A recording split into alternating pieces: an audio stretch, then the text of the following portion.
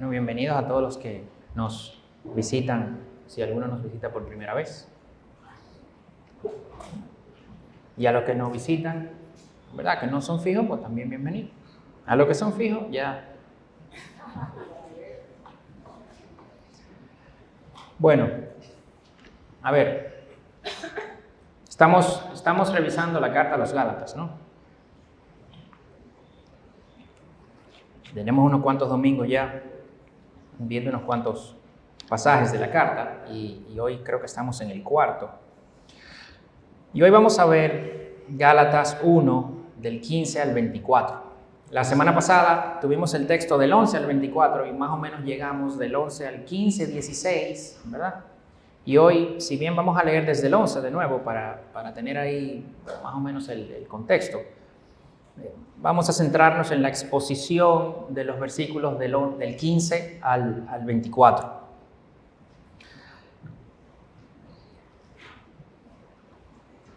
Vamos primero a recordar la situación de Pablo mientras escribe la carta a los Gálatas. Recuerden que había un grupo, ¿verdad? Luego se llamaron los judaizantes, que querían hacer que los Gálatas cumplieran la ley para salvación. Y de alguna manera trataron de atacar a Pablo y a su apostolado para no tanto rebajar la autoridad de Pablo, pero rebajándola realmente, pero tratando de ponerse ellos a la altura de Pablo también para darle validez a lo que ellos estaban diciendo. Entonces, en esta carta Pablo defiende su apostolado ante estas acusaciones. Él aclara varias cosas. El evangelio no es de origen humano, es de origen divino. Y principalmente la idea es que, si bien es cierto que es de origen divino, a nosotros, por ejemplo, nosotros hoy aquí, no nos llegó por una revelación directa de la persona de Jesús, ¿verdad? Nos llega a través de la palabra de Dios, a través de alguien que nos predicó el mensaje, o no sé, algunos con prédicas que oyeron a través del internet, otros con prédicas de algún amigo que vieron algo en su vida y luego le hablaron y tal. Pero en el caso de Pablo no fue así, ¿verdad? A Pablo, la persona de Jesús se le apareció y Dios le reveló, como dice el versículo 16, a Jesús en él, en esa aparición. Entonces Pablo dice, yo recibí el evangelio igual que los otros por revelación directa de la persona de Jesús. Veíamos también el domingo pasado que Dios hace ese llamado a Pablo en medio de la vida de pecado de Pablo, ¿verdad? No fue que él esperó y que lo fue llamando y qué tal, sino que en medio de la... O sea, de hecho, en Hechos 9, Pablo va camino a Damasco porque estaba persiguiendo la iglesia. Iba a Damasco a buscar cristianos que habían ido a Damasco a esconderse, básicamente. Entonces, veíamos que ese llamado de Dios no se hace por nada que tengamos en nosotros, ni por nada de nosotros, sino es un llamado por gracia. Y que Dios lo hacía a pesar de lo que teníamos nosotros o de lo que habíamos hecho nosotros. Así como con Pablo. Entonces, hoy vamos a continuar esa idea, ¿verdad? Y vamos a dar ahora, de alguna manera, la idea central, ¿verdad?, del mensaje. Eres llamado no por algo que tengas, no por mérito tuyo, no por algo que hayas hecho, sino a pesar, de hecho, de todo lo que tú eres, de todo lo que tú has hecho. En medio de tu pecado, Dios te llama, te regenera, te transforma, te da la salvación. Y este hecho naturalmente debe llevarte a una vida que glorifique a Dios y que otros glorifiquen a Dios por ti. Como vamos a ver ahora qué pasó con Pablo en el versículo 24. Entonces, vamos a leer del verso 11 al 24. Vamos a exponer del 15 al 24, pero vamos a leer desde el 11, que fue el mismo texto que leímos el domingo pasado. Entonces, empezando en el versículo 11, dice: Pues quiero que sepan, hermanos, que el evangelio que fue anunciado por mí no es según el hombre, pues ni lo recibí de hombre ni me fue enseñado, sino que lo recibí por medio de una revelación de Jesucristo. Porque ustedes han oído acerca de mi antigua manera de vivir en el judaísmo, de cuán desmedidamente perseguía yo a la iglesia de Dios y trataba de destruirla. Yo aventajaba en el judaísmo a muchos de mis compatriotas contemporáneos, mostrando mucho más celo por las tradiciones de mis antepasados. Pero cuando Dios, que me apartó desde el vientre de mi madre y me llamó por su gracia, tuvo a bien revelar a su Hijo en mí, para que yo lo anunciara entre los gentiles, no consulté enseguida con carne y sangre, ni subí a Jerusalén a los que eran apóstoles antes que yo, sino que fui a Arabia y regresé otra vez a Damasco. Versículo 18. Entonces, 3 años después, subí a Jerusalén para conocer a Pedro, y estuve con él 15 días. Pero no vi a ninguno otro de los apóstoles, sino a Jacobo, el hermano del Señor. En lo que les escribo, les aseguro delante de Dios que no miento. Después fui a las regiones de Siria y Cilicia, pero todavía no era conocido en persona en las iglesias de Judea que eran de Cristo. Ellos solo oían decir: el que en otro tiempo nos perseguía, ahora predica la fe que en un tiempo quería destruir, y glorificaban a Dios por causa de mí. Padre, yo te pido que en esta exposición de tu palabra, que tú me anules, que sea tu Espíritu, Señor, hablando, ministrando a través de mí, a través de mi persona. Padre, que tú nos ayudes hoy a sentir de una manera más clara, más real, el peso de tu llamado. De manera que eso nos lleve a vivir de una forma que tú seas glorificado. Manifiéstate, Señor, entre nosotros en esta mañana, en el nombre de Jesús. Amén. El versículo 15, ¿verdad? Que fue donde terminamos. Terminamos el domingo pasado en el 15 y el 16. Vamos a retomar hoy en el versículo 15. Veíamos que la elección de Dios es desde antes de nosotros haber nacido ni siquiera. Y que Dios nos elige, conociendo Él, sabiendo Él, todo lo que íbamos a hacer en nuestra vida, antes y después de ser llamados. Y así como con Pablo, Dios tuvo a bien revelar a su Hijo en él, pues así también en nosotros, Dios tuvo a bien revelar a su Hijo en nosotros. Esa palabra, en el versículo 15, que Dios tuvo a bien revelar, del versículo 15-16, que Dios tuvo a bien revelar a su Hijo en Pablo, es interesante porque hay textos, hay traducciones que pueden traducir esa palabra que se utiliza en otras partes de la Biblia, como que en inglés, que God was delighted, ¿verdad? Que se deleitó. Me gusta mucho más la palabra deleitarse, delighted, que tuvo a bien, porque tuvo a bien es como, mira, le pareció bien llamar. No. A Dios le plació llamar a Pablo, le plació tanto que lo hizo. Esa es la idea. Y a Dios le plació llamar a Pablo, así como le plació llamarnos a nosotros.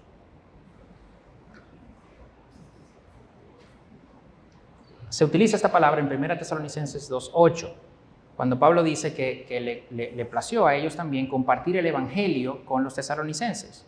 Ellos querían hacerlo, tenían un gusto por hacerlo que los llevó a hacerlos, igual que Dios llamándonos a nosotros. Y en el caso de Pablo, Dios lo llama, y eso queda claro desde Hechos 9, desde que se ve con Ananías, creo que fue que lo fue a visitar, y en todas las veces que Pablo da su testimonio también, de que el llamado para Pablo fue claro. Yo te estoy llamando, te estoy apartando para que lleves el evangelio a los gentiles. Fíjense cómo Pablo habla de su vida antes de ser llamado y cómo Pablo habla después de ser llamado. Porque antes de ser llamado, es decir, yo perseguía, yo trataba de destruir mi antigua manera de vivir, yo seguía las tradiciones, pero después de ser llamado, el sujeto ya no es Pablo, es Dios. Dios me apartó, Dios me llamó, Dios reveló su Hijo en mí. Y a veces leemos esto y pasamos por alto esa diferencia. Esa vida pasada de Pablo es de él, pero la vida nueva de Pablo no es de él, es de Dios. Cristo se lleva todo el crédito en esa vida nueva de Pablo. Pablo es solo instrumento. Claro, Dios me llamó, Dios me apartó, Dios reveló a su Hijo en mí para que yo anunciara el evangelio a los gentiles. Pero yo solo soy un instrumento. Quien se lleva el crédito es Dios. Ese mensaje de esa salvación, por gracia, sin nada de mérito en la persona de Pablo, es el mismo mensaje de Jesús. Hasta este momento, en la vida de Pablo, cuando él se encontró con Jesús, él perseguía a los cristianos, él no había recibido ninguna instrucción. Y precisamente lo que Pablo dice a continuación es, que luego de ahí entonces se va a Arabia, no va a Jerusalén, no va a recibir enseñanza de ninguno de ellos, sino que se va hacia Arabia, pero ya su evangelio está claro, y es un evangelio que coincide, de hecho, claro está, con lo predicado por la persona de Jesús. Vemos en Lucas 2:17, cuando Jesús dice, los que están sanos no tienen necesidad de médicos, sino los que están enfermos. No he venido a llamar a justos, sino a pecadores. ¿Qué es lo mismo que dice Pablo? Cada vez en todas sus cartas, pero vamos a leer ahora Romanos 4:4-5. Ahora bien, al que trabaja, el salario no le cuesta como favor, sino como deuda. Si yo trabajé, el salario que me van a dar, me lo deben. Y él está haciendo el paralelo aquí de que si yo hago las obras, ¿verdad? Y por las obras me gano la salvación, entonces no es por gracia, porque me la deben, me la gané. Pero luego sigue diciendo, en el versículo 5, pero al que no trabaja, pero cree en aquel que justifica al impío, su fe se le cuenta por justicia. El que trabaja, se le debe el salario. El que hace las obras y las cumple, ¿verdad? Bueno, pues se ganó la salvación. Pero ya sabemos que no somos así. Eso es Romanos 4, que viene después de Romanos 1, 2 y 3, donde Pablo deja claro que no somos merecedores de esa salvación. El impío necesita ser justificado. El que no es impío no necesita ser justificado porque ya se justifica él mismo. Entonces, el mensaje de Pablo, que todavía no ha conocido a ninguno de los apóstoles, es el mismo mensaje de la persona de Jesús. Dios les reveló esto a Pablo. Pablo entendió esto. Pablo creyó esto. Y Pablo sintió el peso de esto sobre su vida. Y así vivió. Pablo respondió a este sentimiento de responsabilidad ante Dios, de agradecimiento, de gratitud hacia Dios por esto. Luego de su conversión, él es llamado a ser apóstol a los gentiles y enseguida empezó a predicar a los gentiles. Se fue a Arabia a predicar. De hecho, luego veremos cuando Pablo estaba narrando, creo que en 2 de Corinto, de cosas que le habían pasado, de que luego de que volvió a Damasco, el rey de la región de Arabia tenía un gobernador ahí en Damasco que estaba cayéndole atrás a Pablo. ¿Por qué? Porque cuando Pablo estuvo en Arabia, estuvo predicando y también se buscó problemas. O sea, Pablo se convirtió, yo fui llamado, yo entendí esta gracia, tú fuiste llamado a predicar a los gentiles, ¿y qué yo hago? Me paro y voy a predicar a los gentiles. Y dice el versículo 16, 17, no consulté enseguida con carne y sangre, ni subí a Jerusalén a los que eran apóstoles antes que yo, sino que fui a Arabia y regresé otra vez a Damasco. No consultó con carne y sangre luego de la revelación, porque ¿para qué? ¿Para qué? Si el evangelio no es divino, veníamos diciendo desde la semana pasada. Esto es una continuación directa, debí llamarle parte 2, ¿verdad? Pero le cambié el título y luego vamos a ver por qué. Pero es una continuación directa. Entonces, Pablo está tratando de demostrar que su evangelio no viene de hombre, sino que viene directamente de Cristo. Y cuando él entiende que ese evangelio que Cristo le reveló, que no es de hombre, que es de origen divino, él dice, yo no consulté con carne ni sangre, porque ¿para qué? Si lo que me dijeron a mí ya no me lo puede ampliar más nadie. Efectivamente, él no subió a Jerusalén a los que eran apóstoles antes que él, y los reconoce, eran apóstoles antes que yo. De hecho, yo le estaba persiguiendo cuando ya ellos eran apóstoles. Sino que se fue a Arabia. Pablo de nuevo está tratando de demostrar, ¿verdad? Argumentando de que este evangelio que yo recibí no lo recibí de hombre, no lo recibí de los apóstoles. Ellos quieren decirles a ustedes eso. Estos judaizantes quieren decir que lo que yo recibí fue lo mismo que ellos, los judaizantes, recibieron de los apóstoles. Y Pablo está diciendo, no, yo no lo recibí de ellos. Yo lo recibí de Cristo, inmediatamente me fui a Arabia, no fui a Jerusalén. Y esto es una buena pregunta. ¿Qué hizo Pablo entonces en Arabia? ¿Verdad? Evidentemente predicó el evangelio, pero también él pasó tiempo con Dios. Vamos a tomarnos un tiempo aquí. Dios llamó a Pablo a predicar el evangelio a los gentiles. Dios venía orquestando todas las cosas en la vida de Pablo para esto. Lo apartó desde antes de nacer. Pero luego de que lo llamó, también lo llevó a pasar un tiempo apartado. Y esto yo creo que también hoy, principalmente hoy, nos debería llamar la atención. Porque hoy no estamos acostumbrados a eso. Hoy no estamos acostumbrados de esto es lo que hay que hacer. Ok, lo hacemos ya. No, espera. Vamos a ver.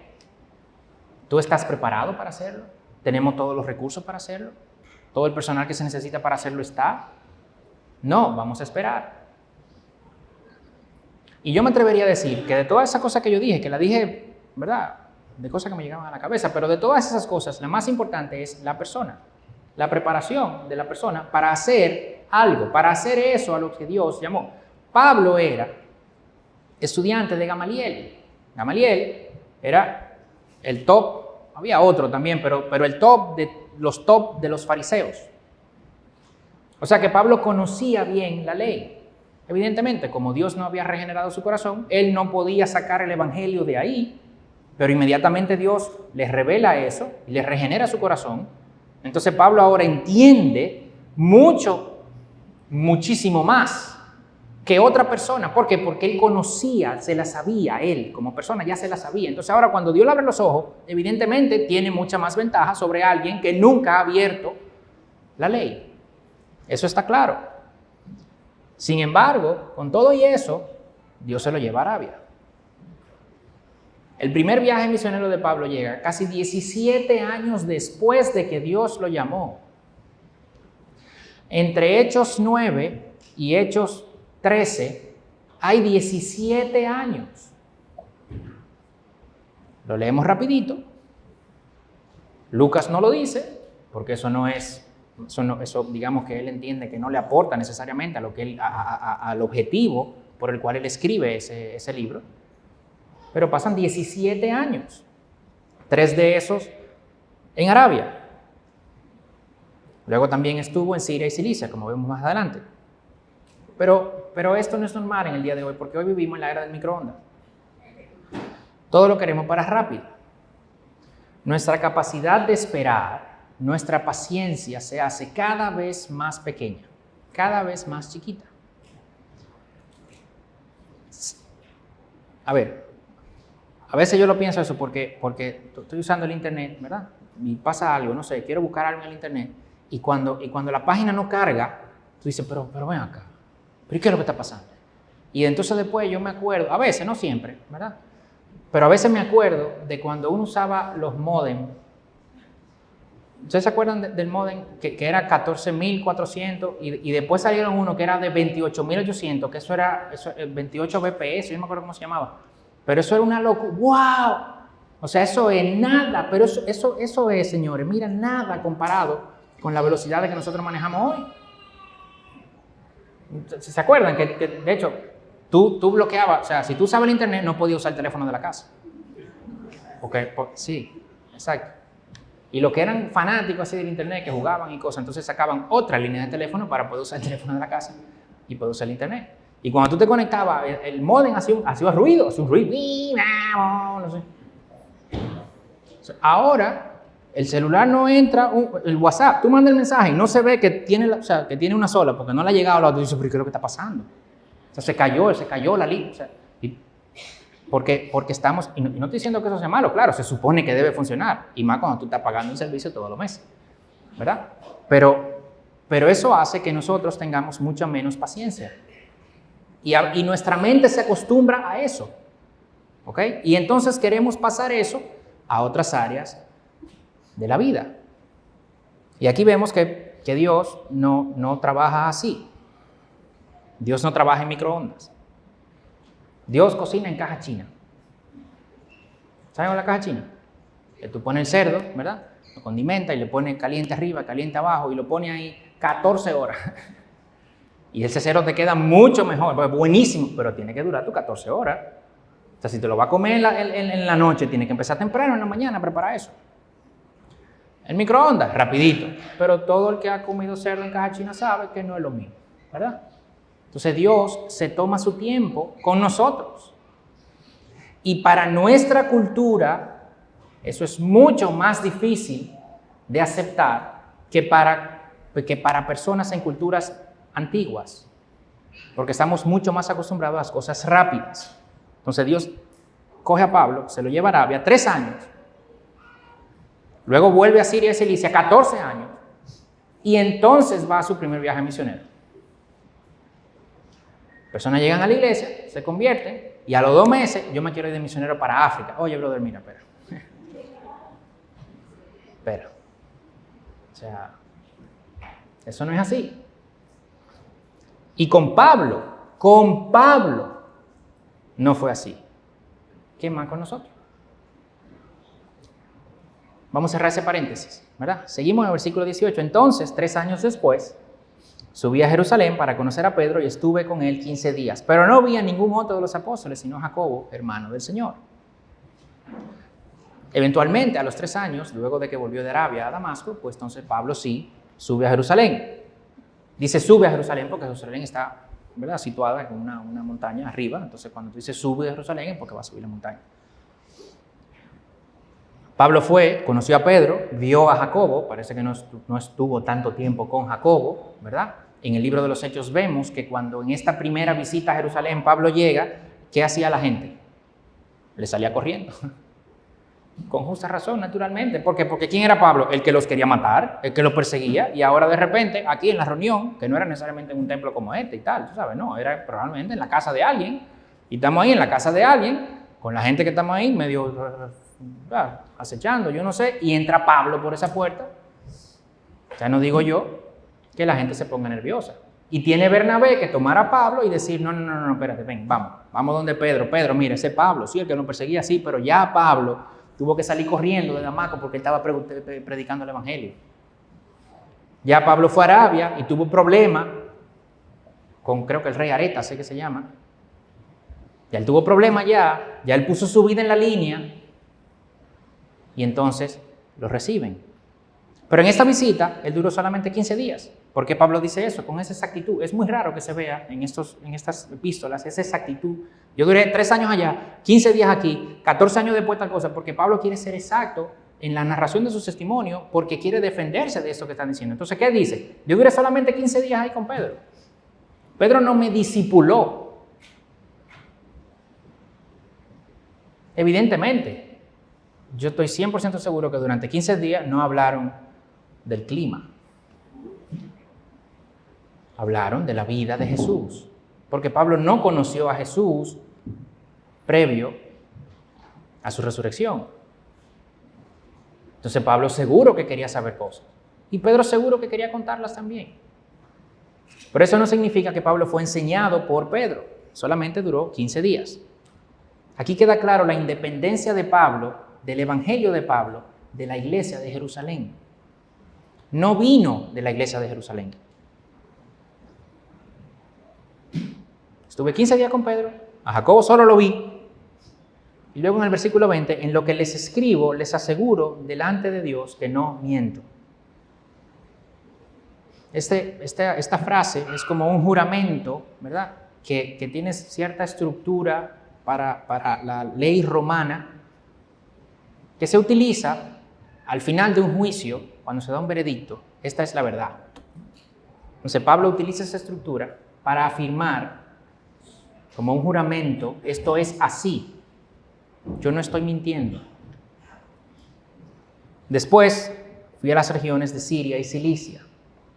En Hechos 9, luego de Jerusalén, Pablo tiene que salir de Jerusalén corriendo también y es llevado a Tarso. Tarso es una ciudad de las principales de la zona de Cilicia, ¿verdad? Y de ahí vemos también en Hechos que fue a Antioquía, que fue de donde salió su primer viaje misionero. Entonces Siria y Cilicia, cuando vemos en el libro de los Hechos, coinciden las narraciones porque Pablo estuvo en Siria y Cilicia y en Hechos vemos que estuvo en Tarso y en Antioquía, que son ciudades en la región de Siria y Cilicia. Algunos dicen que estas narraciones de Gálatas y de Hechos se contradicen, pero no es así.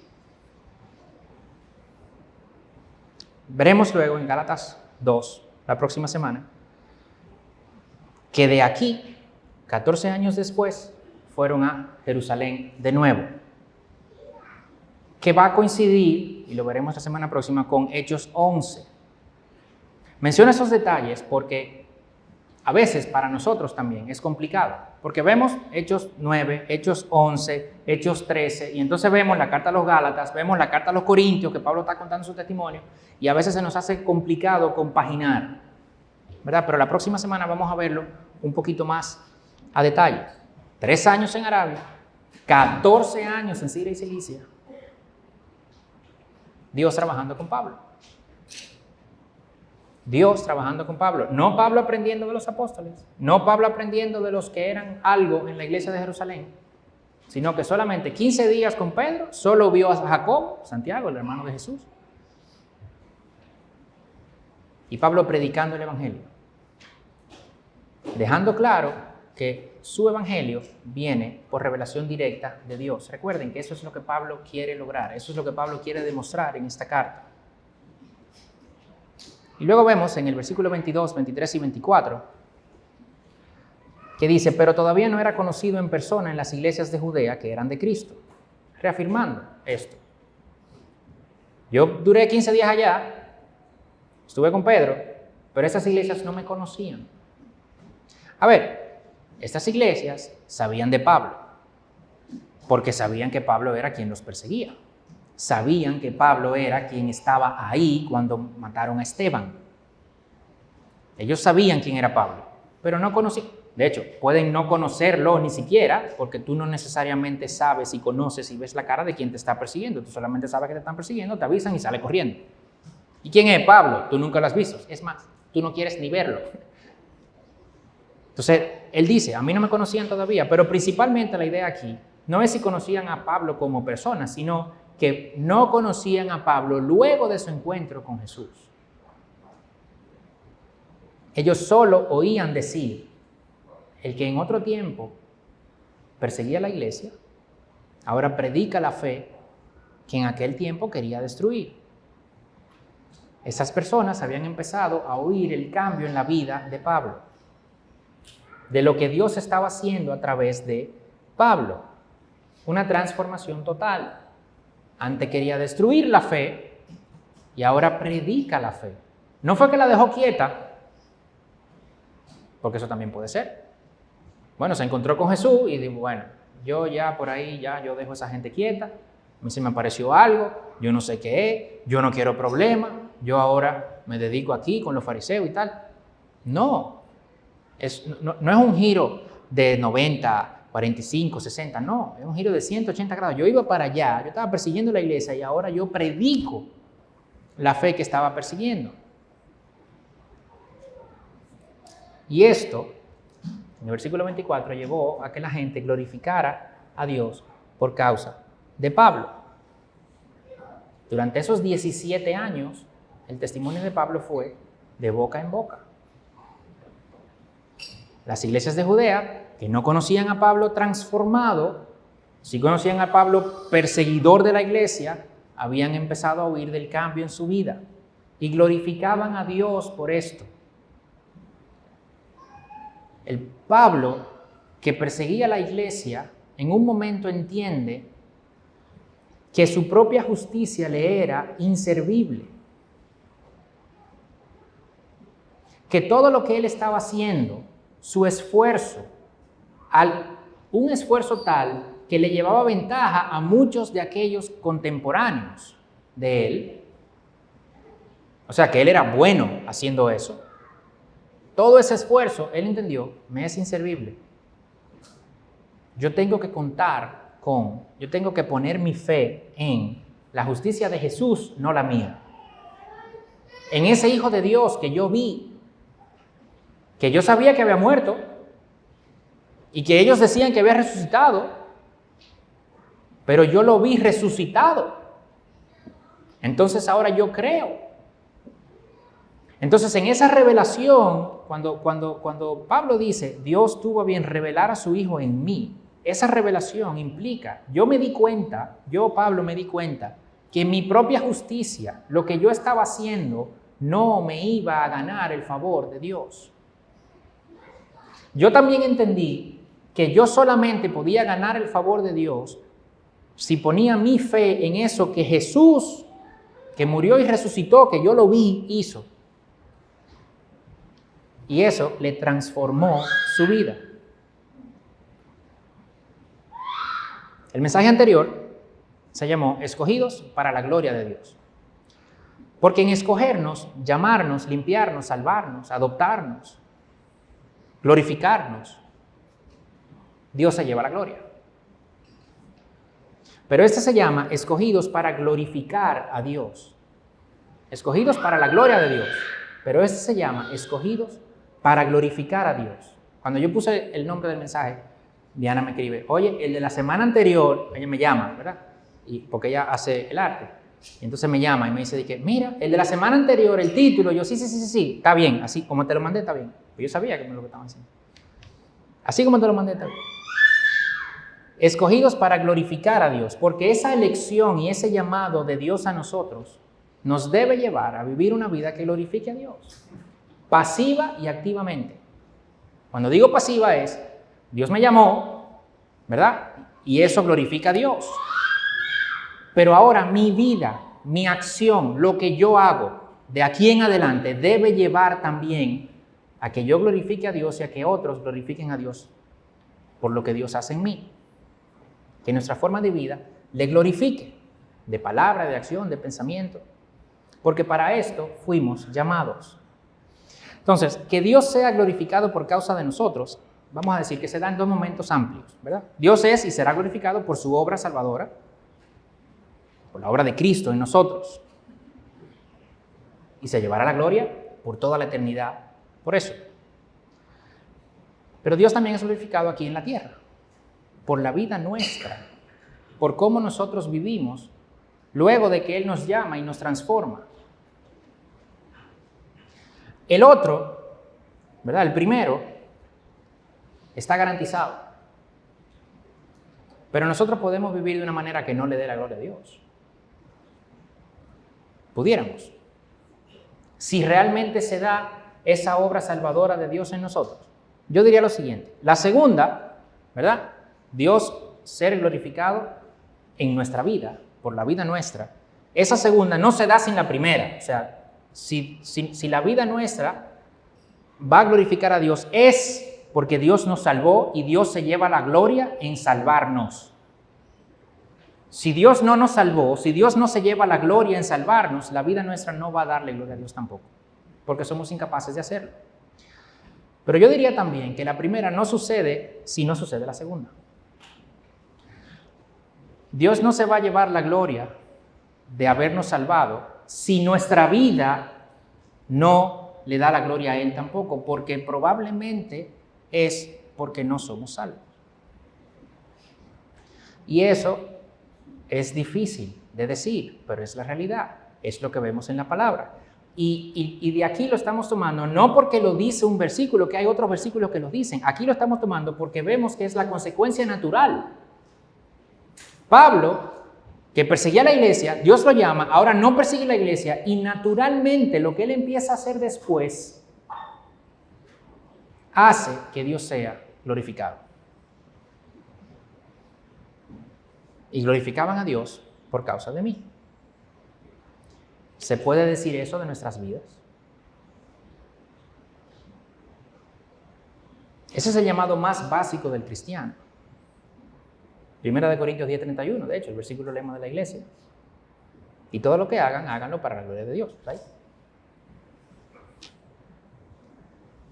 Cada uno de nosotros es llamado para que se glorifique a Dios por causa de cada uno de nosotros. Cuando Dios nos llama, nos hace nuevas criaturas. Dice 2 Corintios 5:17. Cuando Dios nos llama, somos sepultados con Él por medio del bautismo en la muerte, a fin de que como Cristo seamos resucitados para andar en una nueva vida. Dice Romanos 6:4. Esto que Dios hace en nuestra vida, cuando nos llama, debe tener un efecto visible, que otros lo vean. De repente no el primer día, ¿verdad? Si alguien aquí no es cristiano, alguien aquí puede entender el Evangelio, Dios se revela y se convierte, como decimos, hoy, mañana, pues probablemente su vida no haya cambiado mucho, pero eventualmente el Evangelio tiene que terminar cambiando toda tu vida. Sí o sí. Si nuestra vida no cambia es porque no estamos creyendo realmente las promesas de Dios para nosotros. Si no creemos, no tenemos fe. Si no tenemos fe, no somos salvos, porque la salvación es por medio de la fe. El que seamos llamados nos pone un peso sobre nosotros. Es un peso ligero. ¿Por qué? Porque eso dice Jesús. Síganme, que mi yugo es fácil y mi carga es ligera. Pero no dice que es cero. Y Jesús dice eso en comparación, ¿verdad? Dentro de un contexto, cuando se tiene la idea de la carga que los fariseos le ponen al pueblo y que ellos no mueven ni un dedo para mover, valga la redundancia, esa carga. Y él dice, no sigan esa, sigan la mía. Que mi yugo es fácil y mi carga es ligera. El yugo es este pedazo de madera que se le ponía a los bueyes, ¿verdad? Para en la agricultura, para que pudieran alar carretas y cosas. Y generalmente eran dos. Entonces mi yugo es fácil, el yugo son dos. ¿Quién es el otro? Jesús. Él está ahí con nosotros, eso es lo que él quiere decir. Pero él no te dice que no te va a poner el yugo. Él no te dice que tu carga es cero.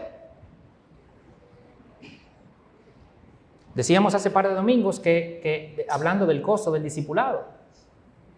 Y veíamos en Lucas cuando Jesús dice, tú quieres ser mi discípulo, sí, bueno, está bien, pero tú tienes que calcular ese costo. Y comparaba de alguien que iba a hacer una inversión, que iba a construir una casa, y decía, ¿cuánto me va a costar esto? Tanto, tanto, tanto. No sea que empiece a construir y luego no le dé el dinero. Entonces el discipulado, el seguir a Jesús, tiene un costo, es un peso que cae sobre nosotros también. Éramos esclavos del pecado y ahora somos esclavos de Cristo. Y no se crean, el problema es que nosotros los hombres, los seres humanos, vamos a buscar un yugo para ponernos. Si no nos ponemos el de la ley, bueno, pues pongámonos el de Jesús. Porque si no nos ponemos el de Jesús ni el de la ley, vamos a ponernos otro. Porque así somos. Recuerden, esas son metáforas, ¿verdad? Para ilustrar cosas. En otro contexto se diría que si nosotros no estamos adorando a Dios, estamos adorando otra cosa. Pero en el centro de nuestro corazón, en el altar de nuestro corazón, algo hay. Entonces es lo mismo. Si no nos ponemos el yugo de la ley, como ponen los fariseos, pues entonces nos ponemos el yugo de Jesús, que es ligero, o si no nos ponemos eso, nos ponemos otro. Pero ese costo nosotros vamos a terminar pagándolo. Y pensemos en esto, porque Dios nos llama desde antes de la fundación del mundo, desde la eternidad pasada. Primera de Timoteo 1:9, Él nos ha salvado y nos ha llamado con un llamamiento santo, no según nuestras obras, sino según su propósito y según la gracia que nos fue dada en Cristo Jesús desde la eternidad. Efesios 1:4, porque Dios nos escogió en Cristo antes de la fundación del mundo para que fuéramos santos y sin manchas delante de Él. Desde antes que existiera nada material. En el principio creó Dios los cielos y la tierra. Génesis 1:1, ¿verdad? Antes de eso, antes de Génesis 1:1, Dios te separó. Dios pensó en ti. Te escribió en el libro de la vida del Cordero. Escribió tu nombre ahí. Desde antes de Génesis 1:1. Salmo 147:4 dice, cuenta el número de las estrellas y a todas ellas les pone nombre, hablando de Dios. Salmo 8:3-4, cuando veo tus cielos, obra de tus dedos, la luna y las estrellas que tú has establecido, digo, ¿qué es el hombre para que te acuerdes de él? Y el hijo de hombre para que tú lo cuides. Pensemos en eso. Una galaxia, ¿verdad? Según el tamaño, pero promedio, puede tener de 100 millones a 2 billones de estrellas. Billones en español, ¿verdad? Porque en inglés 1 billón son 1000 millones, en español son 1 millón de millón. ¿Ok? Entonces, de 100 millones a 2 millones de estrellas. Eso es una galaxia. Y se estima que el universo puede tener de 1000 millones a 2 billones de galaxias. Entonces, si una galaxia puede tener millones de estrellas y pueden haber millones de galaxias, eso es grande. Eso es mucho. Y antes de todo eso, Dios pensó en ti para escribir tu nombre en el libro de la vida, para llamarte, para apartarte. Si eso no es una fuente de autoestima, yo no sé lo que es. Ahora, esto no es solamente una fuente de autoestima. Además de ser una fuente segura de en dónde poner nuestro valor como personas, eso debe provocar otra cosa también en nosotros. Porque si eso no nos llama a sentir ese peso, a sentir esa obligación de responder, entonces yo tampoco sé qué lo va a hacer.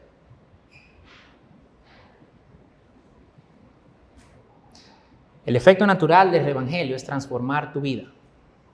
Decíamos hace un par de domingos que tú no venías a la iglesia para arreglar tu matrimonio,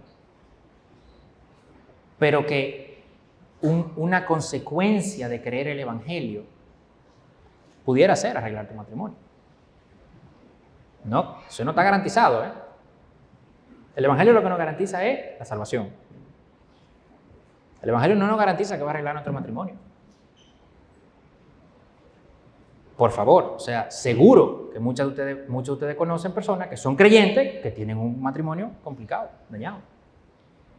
Yo no diga que está bien eso, pero es evidente.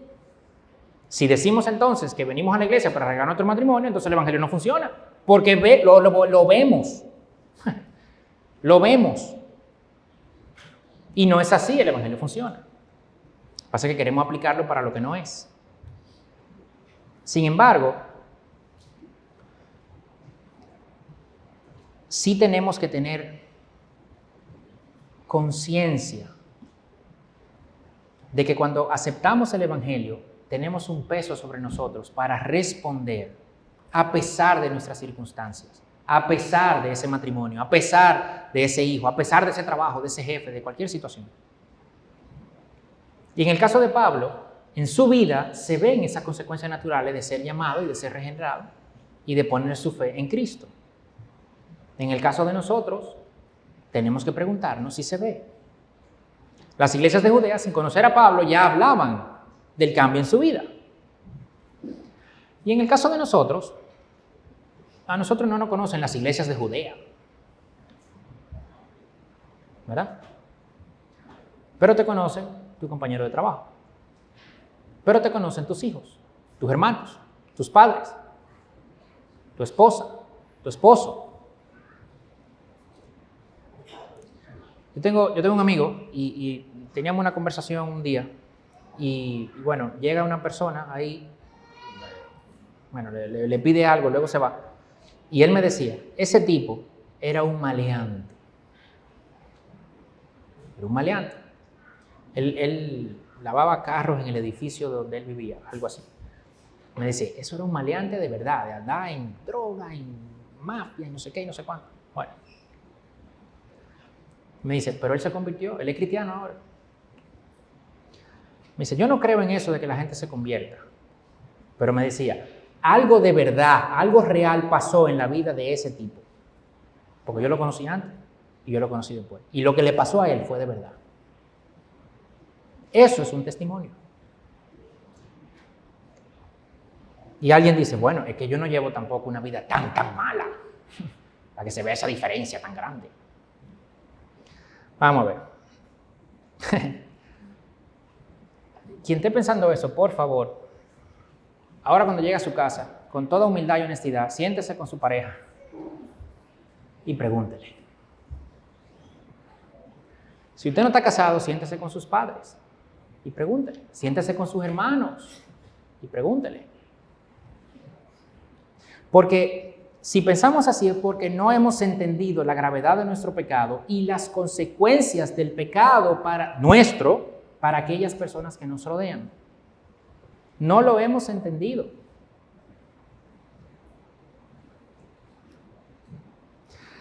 Dios solo llama a algunos a que su testimonio llame la atención de muchos. Eso es verdad. Dios solo llama a algunos para que su testimonio llame la atención de muchos, como el de Pablo. Pero Dios nos llama a todos para que nuestro testimonio llame la atención de alguien. A todos. Porque todos tenemos gente alrededor que son afectadas por nuestro pecado. Yo no estoy hablando del efecto del pecado de la otra persona en usted. No. Si hay un problema con el pecado de la otra persona en usted, lo hablamos después. Ahora estamos hablando del pecado suyo en la otra persona. Yo me voy aún más lejos. Es más fácil tener un buen testimonio para los muchos, para los de afuera. Es mucho más fácil que tener un buen testimonio para los de adentro, para los que están aquí conmigo. Es mucho más fácil. Y eso se ve, es muy fácil, y más hoy, con redes sociales.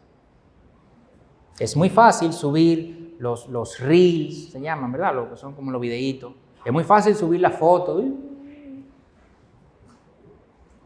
Eso es mucho más fácil. Es mucho más difícil ser humilde con tu hermano. Es mucho más difícil ser paciente con tu esposo, con tu esposa. Ser paciente con tus hijos. Es mucho más difícil. Es más fácil sonreír con los de afuera, proyectar una imagen de buen testimonio. Eso es mucho más fácil. En el caso de Pablo es evidente que él tenía un buen testimonio con los de afuera y con los de adentro, porque si no, los judaizantes hubieran apelado a eso.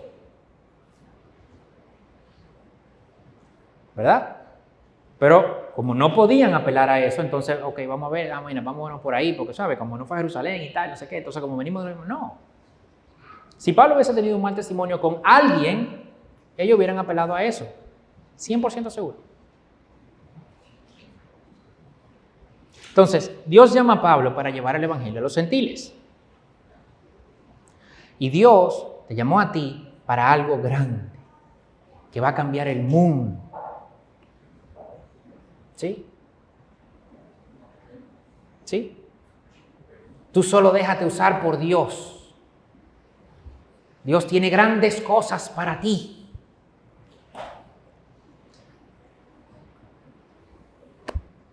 A ver, en muchas iglesias esto hoy se predica.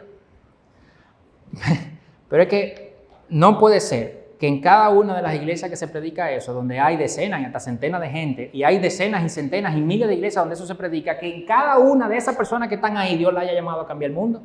Eso no puede ser. Eso no puede ser. Había un Pablo, había un Jonathan Edwards, había un Charles Spurgeon, había un Martin Luther King Jr. Ya. ¿Y el resto?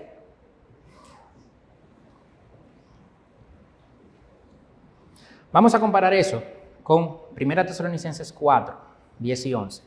Pero les instamos, hermanos, que abunden en ello más y más. Eso es en el amor fraternal, ¿verdad? Pablo está hablando del amor fraternal que tienen los tesalonicenses, que lo tienen muy bien. Y él les dice, les instamos que abunden en ello más y más.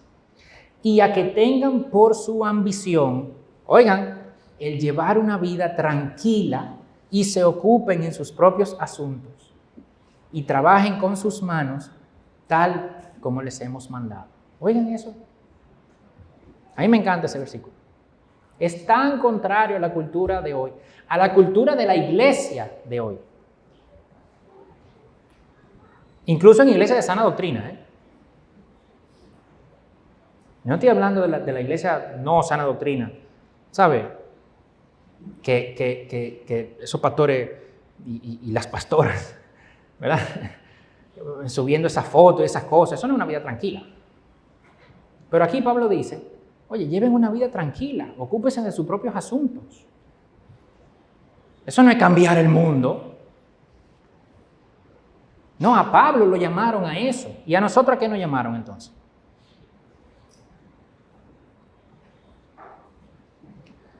Ok, Pablo habla en Efesios, del 1 al 3, de toda la doctrina. Y en el capítulo 4 hay un cambio, empieza como a aplicar, ¿no? ¿Sabe? Como la consecuencia de eso. Ahora ustedes deben de... Y empieza. Yo pues, prisionero del Señor, les ruego que ustedes vivan de una manera digna de la vocación con la que han sido llamados. Que vivan con toda humildad y mansedumbre, con paciencia, soportándose unos a otros en amor, esforzándose por perseverar la unidad del Espíritu en el vínculo de la paz. Y sigue diciendo, en versículo 25, dejen la falsedad, no pequen enojándose, no roben, trabajen, no digan malas palabras, dejen la amargura. En el capítulo 5, eso era el 4, el capítulo 5 sigue diciendo que no se mencione la impureza, la avaricia, la inmoralidad entre ustedes, ni aun se nombre. Mujeres, sométanse a sus esposos. Esposos, amen a sus esposas como Cristo amó la iglesia. Hijos, obedezcan a sus padres. Padres, no vuelvan locos a sus hijos. Siervos, obedezcan a sus amos. Amos, amen a sus siervos. Pablo no exhorta a los efesios a salir y conquistar el mundo para Cristo, no. Pablo tiene el llamado, Timoteo, Tito, y él dice, oren por mí para que yo tenga palabra luego que decir, pero ustedes hagan eso. Luego habla de la armadura de Dios. Y ahora nosotros tomamos la armadura, ¿verdad? Como que nos estamos armando espiritualmente para una batalla, tú a tú con los demonios. No. La armadura de Dios es para poder hacer lo anterior. La armadura de Dios es para no decir palabras malas. Es para tener paciencia, para no enojarnos y pecar enojándonos. Es para amar a la esposa, para someterse al esposo. Para eso es la armadura. No es para ir por ahí batallando contra demonios, no. El evangelio es para ser predicado desde los púlpitos, como este, desde tarimas, con mucha gente, desde canales de YouTube y de Instagram, sí, traducido a idiomas que nunca han sido traducidos, predicado en junglas y en sitios donde el evangelio no es bien recibido, sí, pero también y en la grandísima mayoría de nosotros, el evangelio es para ser predicado en mesas de 4 sillas en la sala de tu casa cuando tú invitas a tu hermano.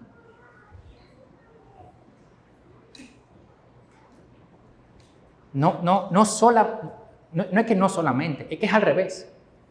Es más para eso que para esto. Claro, Pablo, llamado a los gentiles, pero Pablo, no todos en la iglesia de Galacia fueron llamados a predicar a los gentiles. Fue Pablo. El evangelio es para mostrarlo en nuestras vidas. No solo en reels, ¿verdad? En fotos de redes sociales, aunque sí. Pero es para que lo vean nuestros cónyuges que no son cristianos. Nuestros hijos que están creciendo en la fe, quisiéramos. Nuestros compañeros de trabajo. Nuestros padres, hermanos. A ver, Dios te puede llamar a transformar una nación y hasta más. Lo hizo con Pablo, lo ha hecho con mucha gente y yo pudiera llamar a alguien aquí para eso. Yo no sé si lo ha hecho. Puede que sí. Pero estadísticamente, lo más probable es que no. ¿Y entonces qué hacemos? Bueno, como Dios no me llamó, ¿sabe?, a conquistar Panamá para Cristo, pues bueno, ya. No.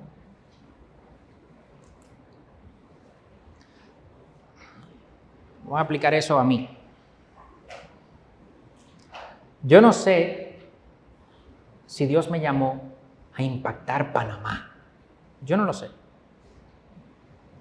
Ahora, yo sí sé que Dios me llamó a pastorear esta iglesia. Yo no sé de más afuera. De repente sí, de repente no. Yo qué sé, todavía Dios no me ha revelado más. Pero ya yo sé, eso ya yo lo tengo claro, que Dios me llamó a pastorear esta iglesia, los que estamos aquí, los que vengan. Y los que se vayan por un tiempito, ya luego lo dejamos. Pero yo no sé más. Ahora, ¿qué hago con lo que ya yo sé? Porque Pablo se paró y fue a predicar a los gentiles porque ya lo sabía. Entonces nosotros ahora entendemos que Dios nos está preparando, a todos, a todos los que estamos aquí, Dios nos está preparando para una cosa grande, ¿no? No.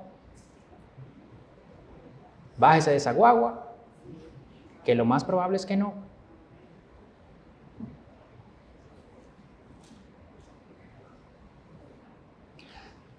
Inclusive, Dios me llamó a mí a pastorear esta iglesia, pero antes de eso, me llamó a pastorear el corazón de mi esposa, me llamó a pastorear el corazón de mis hijos. Y a todos los que estamos casados aquí, hombres, Dios nos ha llamado a pastorear el corazón de nuestras esposas. Dios no nos ha... De repente, Marcos, a ti Dios no te ha llamado a predicar desde aquí. De repente sí, yo no lo sé todavía. De repente Dios sí te llama, pero si te llama o no te llama a dar una prédica desde aquí, Dios ya te llamó hace ratazo, ya te llamó a pastorear el corazón de Lucas. Entonces, ¿qué hacemos con lo que ya sabemos?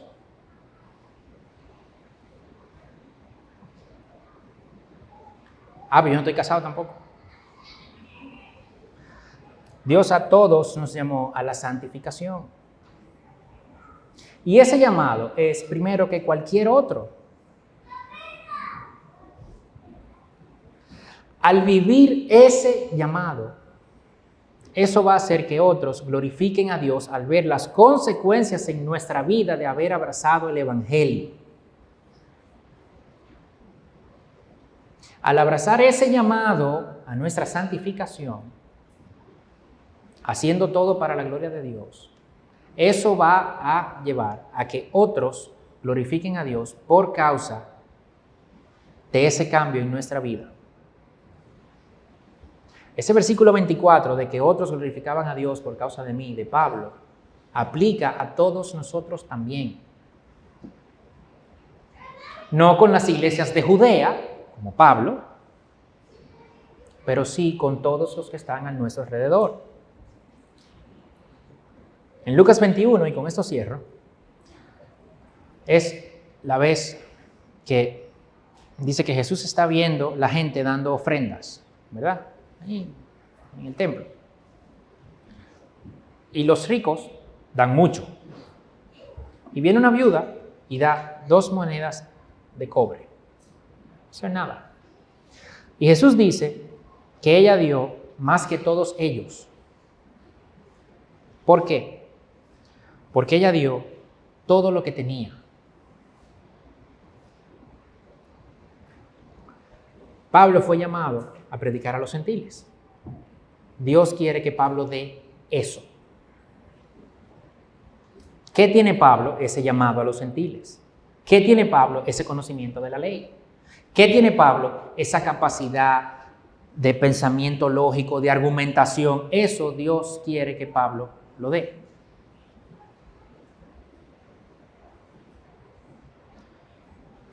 Dios te llamó a ser pastor.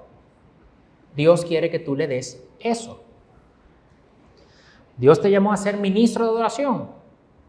Dios quiere que tú le des eso que tú tienes.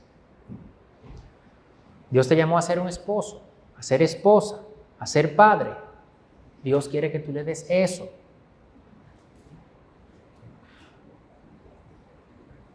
Te llamó como contador, como ingeniero, como médico. Dios quiere que tú le des eso.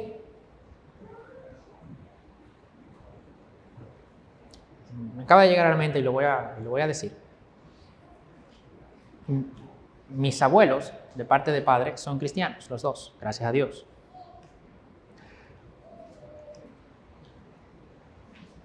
Y digamos que mi abuela, con quien yo tengo una muy buena relación y hablo mucho con ella,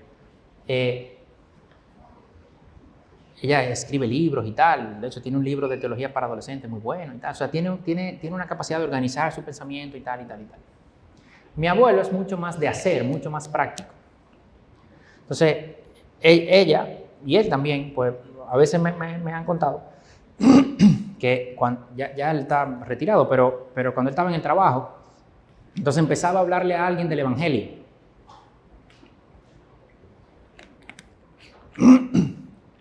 Y empezaban a hacerle preguntas que para él eran más complicadas de responder. ¿Y qué él hacía? Él cogía el teléfono y llamaba y decía, Viola, ven para que le responda esto que me están preguntando.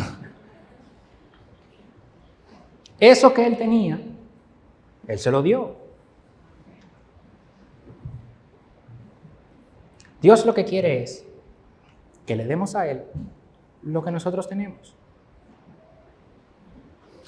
A la mayoría de nosotros, Dios no nos ha llamado a transformar el mundo, ni nación, ni continente, y Latinoamérica para Cristo. Ojalá de repente no es a través de ninguno de nosotros, gloria a Dios.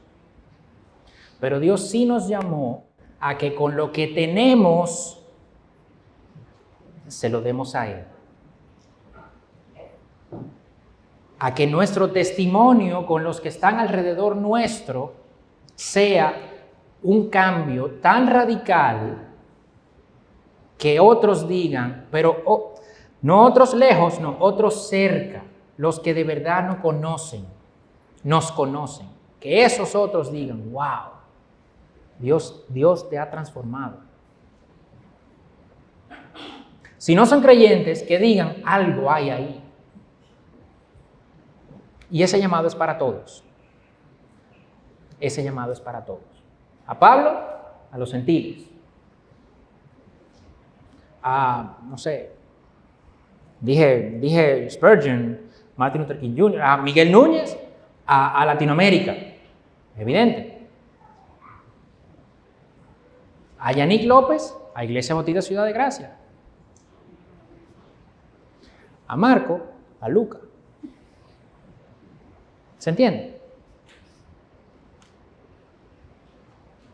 Eso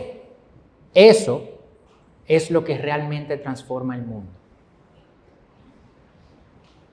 Eso, cuando cada uno de nosotros empezamos en nuestro proceso de santificación a ir avanzando, eso llama la atención de otros. ¿Ok? Eso atrae a otros al Evangelio. Otros reciben ese Evangelio, creen ese Evangelio, se santifican también y eso empieza realmente a cambiar el mundo. Los avivamientos así se han dado. Que nos vayamos con eso. Dios nos llamó desde antes de la fundación del mundo para que nuestra vida ahora le dé la gloria. Nuestra vida y nuestro día a día, en el contexto en el que estamos, con lo que tenemos, que lo demos todo, como la viuda. Y que Dios sea glorificado por las personas que están alrededor nuestro, por el trabajo que Él hace en nosotros, en nuestra santificación. Vamos a orar. Padre, gracias por tu palabra. Gracias, Señor, por tu revelación. Gracias por tu Espíritu, Señor, que nos regenera y nos capacita para poder entender tus verdades, tus misterios. Padre, que ese mismo Espíritu trabaje en nosotros para aplicar esas verdades y esos misterios. Padre, que tú seas en nosotros, en nuestro día a día, con las personas alrededor nuestro, con las personas que realmente sufren nuestro pecado.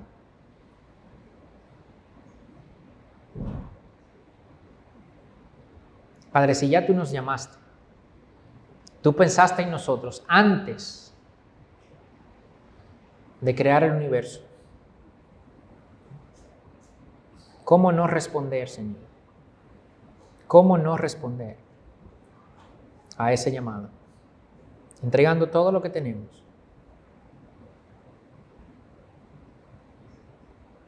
Entregando toda nuestra voluntad. Para que tú puedas, Señor, cambiarnos. Para que tú puedas alejarnos cada vez más de nuestro pecado. Acercarnos cada vez más a ti. Padre, que las bendiciones de eso otros las puedan vivir.